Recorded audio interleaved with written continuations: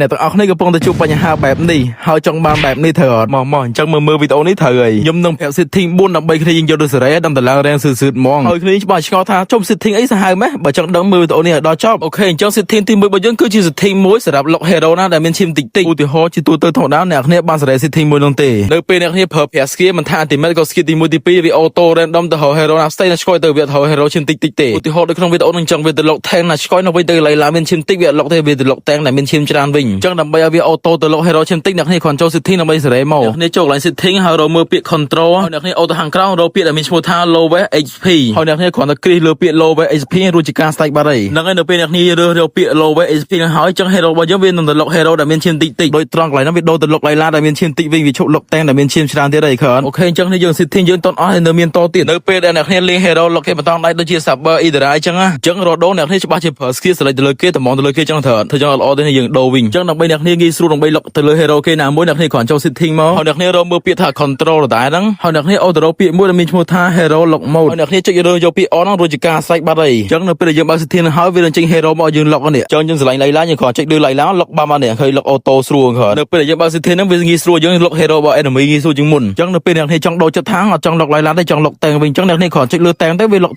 ទៅ tank auto ហើយគ្រាន់តន់អស់ទេយើងនៅមានតទៀតឧទាហរណ៍ថាអ្នកគ្នាលេង hero ភេទ skill វិញដូចជា Selena Franco អ្នកគ្នាតែអូមអញ្ចឹងមែនដើម្បីឲ្យឃើញ enemy កាន់ច្បាស់អ្នកគ្នាតែអូមមើលអញ្ចឹងមែនធ្វើចឹងត្រូវទេអ្នកគ្នា no អ្នកគ្នាគ្រាន់តែចូលទៅ setting ហើយរើសពាក្យ control ដែរហ្នឹងហើយអ្នកគ្នាធ្វើការចុចបើកលើពាក្យមួយដែលមានឈ្មោះថា am panning ហ្នឹងមកដូចជាការសាច់បាត់ហើយនៅពេលអ្នកគ្នាបើកពាក្យហ្នឹងហើយវានឹងធ្វើការទី skill របស់យើងទៅតាម map ដែលយើងចង់មើលហ្នឹងអញ្ចឹងនៅពេលយើងបើកពាក្យ am panning ហ្នឹងហើយ skill របស់យើងនឹងមើលឃើញឆ្ងាយជាងមុនហើយធំជាងមុនទៀតអញ្ចឹងវាពិតជាងាយស្រួលមែនទែនដើម្បីយើងចង់ lock ទៅលើ hero ហាងគេណាមួយអញ្ចឹងគឺអ្នកគ្នាលេងពិបាកក្នុងការអូមើល map enemy ទៀតហើយនៅ setting មួយទៀតជាពិសេសសម្រាប់ hero បានផ្ទាល់តែម្ដងរដូវនៅពេលអ្នកគ្នាលេងបានអ្នកគ្នាតម្រូវចុច basic attack ដើម្បីឲ្យបានដើរលឿនត្រូវអត់នៅពេលអ្នកគ្នាដើរទៅចិត្តសត្វសង្កក៏មានវាតែទីអ្នកគ្នាទៅវាយសត្វសង្កត្រូវអត់អញ្ចឹងដើម្បីអ្នកគ្នាដើរកាន់តែស្មួយកុំឲ្យមានការរំខានអ្នកគ្នាគ្រាន់ចូល setting ហើយរកពាក្យ control ដែរហ្នឹងហើយអ្នកគ្នាអូទៅខាងក្រៅរកពាក្យដែលមានឈ្មោះថា moving person ហ្នឹងមកហើយអ្នកគ្នាគ្រាន់ធ្វើការចុចបិទពាក្យអោមករួចជាការសាច់បាត់ហើយអញ្ចឹងនៅពេលអ្នកគ្នាចុចបិទពាក្យហ្នឹងហើយបាននឹងដើរស្មួយជាងមុនលែងមានការរំខានពីសត្វសង្កចិត្តហ្នឹងទៀតហើយអាហ្នឹងគឺជាមុខងារមួយបិទ basic attack នៅក្រៅរង្វង់ hero របស់យើងមានន័យថារក enemy និងសត្វសង្កដែលនៅក្រៅរង្វង់បានហ្នឹង